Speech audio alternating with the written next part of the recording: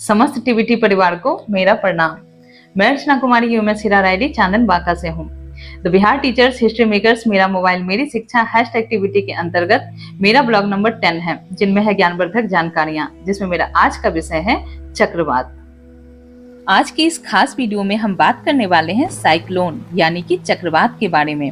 साधारण शब्दों में कहें तो चक्रवात एक प्रकार का समुद्री तूफान है जो समुद्र में वायुमंडलीय अस्थिरता के कारण आती है। यदि हम चक्रवात के शाब्दिक अर्थ पर जाएं, तो चक्र का अर्थ एक केंद्र बिंदु पर चारों ओर घूमना और वात का मतलब वायु होता है।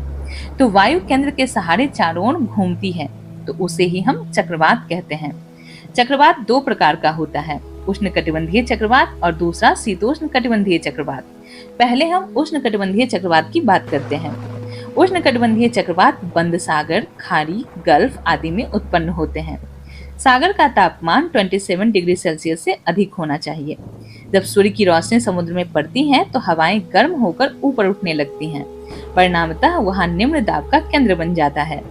केंद्र के बाहर चारों ओर उच्च दाब का केंद्र होता है। हवाएं हमेशा उच्च दाब से निम्न दाब की ओर गमन करती हैं।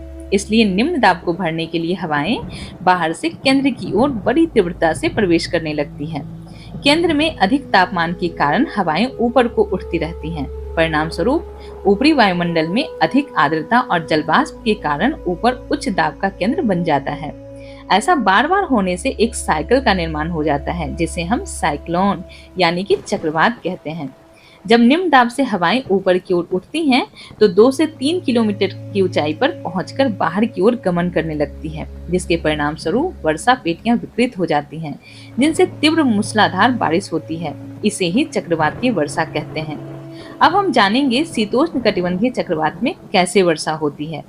शीतोष्ण कटिबंधीय चक्रवात 35 डिग्री अक्षांश से 65 डिग्री अक्षांश के बीच दोनों गोलार्धों में आते हैं।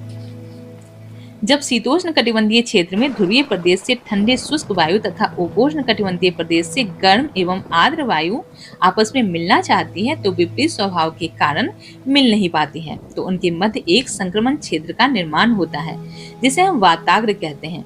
परंतु जब शीत वायु राशि वाताग्र के सहारे बलात् गर्म वायु राशि के क्षेत्र में प्रवेश कर जाती है, तो शीत वाताग्र का जन्म हो जाता है। शीत वाताग्र गर्म वायु को ऊपर उठा देती है, जिसके कारण गर्म वायु संघनित होकर क्यूमुलोनिम्बस बादल का निर्माण करती है, जिससे बिजली कड़क के साथ तीव्र मूसलाधार बारिश होती है।